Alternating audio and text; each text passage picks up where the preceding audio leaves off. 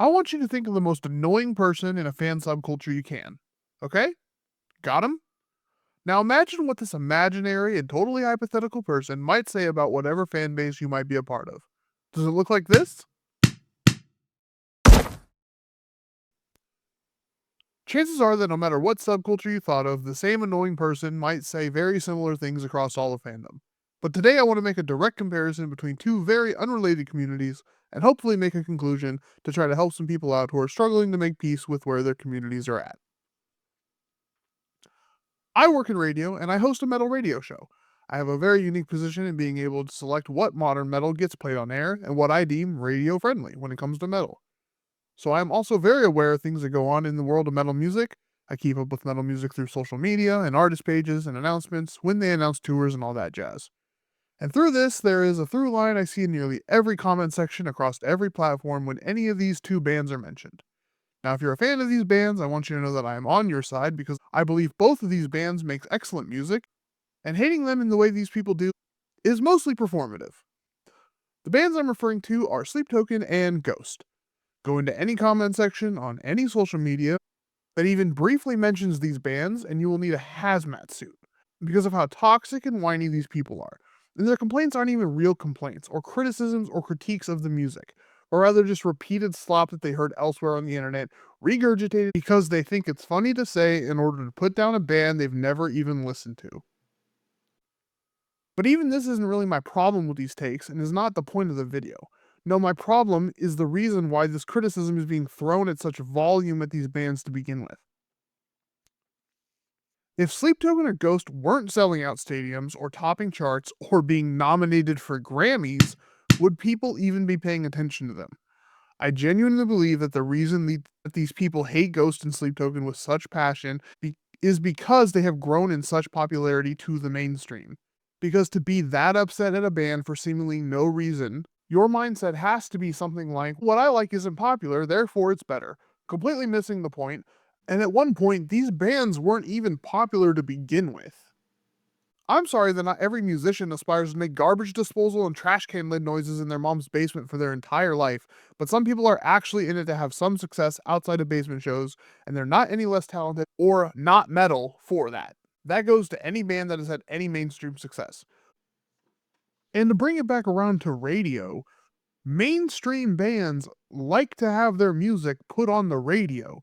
And when I'm trying to figure out what songs are allowed to be played on air, sometimes that music has to be decided based on what is allowed on air, based on what is popular enough for the broader audience. Like, what I have to consider is what if someone tunes in right at a point where a harsh vocal is being used, and at what point does that harsh vocal end? And when does a clean singing vocal begin? Because I'm not going to play a song that is all harsh vocals the entire time. I would never play that on air. But if a song has a harsh vocal, how long does it last? And when does it stop? And when do the clean vocals begin? And at what intensity are the harsh vocals at? These are all things I have to consider to play a song on air. So, no, people make music to break into the mainstream because songs need to be played on the radio to get popular. So people don't want to play your trash can scraping garbage disposal noises on the radio. Nobody is going to play that stuff on the radio. But what they will play is stuff that sounds good to a mass audience. And so if you want to complain about when people make that music, go ahead. But don't hate entire subsections of metal because they find success in making music for that audience.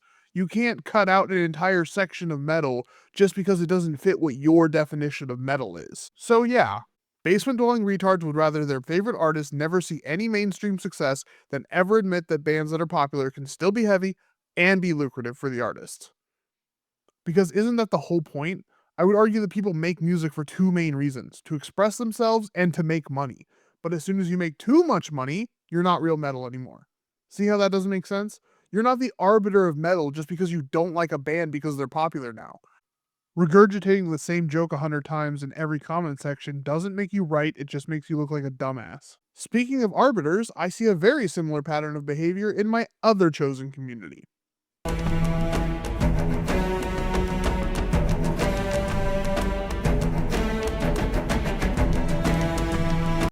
Now, what I'm going to say may shock and offend some ears, seeing how this has been a running joke in the community for some time, but I kind of understand the broader audience thing. Now, hold on. Let me explain, please and thank you. Halo is a game that has to make money to survive. And as of right now, it hasn't done that for 13 years. With Infinite, they needed to bring in as many players as possible, and the game just wasn't good enough at launch to do that. And every time we've heard from Halo Studios, formerly 343 Industries, they've talked about the broader audience. And it's because, I know this is going to be hard to admit, Halo isn't relevant, and it hasn't been for a very long time. It has been riding on the success of the old games, and since 343 took over, it has not worked to convert new players. So just as I discussed with the metal community, with Halo and with this upcoming Halo CE remake, the number one goal is to make as much money as possible, which could also be interpreted as Game Pass sales to Microsoft, and bring in as many new players as possible. Because 343 has to make money. That's the point of a company. If they don't make money, they fail. And it's not wrong to expect a company to make money. Like, that is the entire point of them being a business. Same thing with the metal community. They're businesses. It's okay for them to want to make money. And I'm not a corporate shill. I'm not shilling for 343 or any other corporation. Because I've been a big proponent of the joke, give me $500 million and 7 years, and I'll shit out a better Halo game than whatever Halo Infinite was. Because it was poorly mismanaged the entire time, and that entire game should not have been in that state after 7 years and $500 million. But that still doesn't mean they don't work the entire time to make a profit. The entire point of making a Halo game is to turn a profit. They're not here to just bend to the whims of the Halo community. They don't work for charity. And I think a lot of people need to remember that. And because I'm going to level with you guys, if this game fails, Halo is over. It's never coming back. We will bury it in the backyard, and somebody might dig it up like 20 years in the future, but for the foreseeable future, and for your kids' foreseeable future, it will be dead. So when it comes to discourse about this game, there are so many tiny things wrong, but I don't want to see it. I know there's stuff that doesn't quite add up, but I'm begging you, making 20-minute long videos breaking down every little thing about every piece of footage that comes out and pointing out every inconsistency is not going to help. It's just going to make the community look like jackasses, and it's going to turn away people who might be interested in Halo looking up how to get into Halo. Just take the game as is, and if it's not good, then it's not good. If it's good, then we'll take it. But if it's not good, Halo is over and we've had a good run. That's all I can say. I don't know, make some videos on how to help PlayStation people get into Halo. Like, explain what bumper jumper is or something, I don't know. I don't know. These are just my thoughts and connections that I had on these two separate communities, and I thought I would draw a through line to them because there seems to be some overarching behaviors across both communities that I don't like to see in either or. So, okay, bye.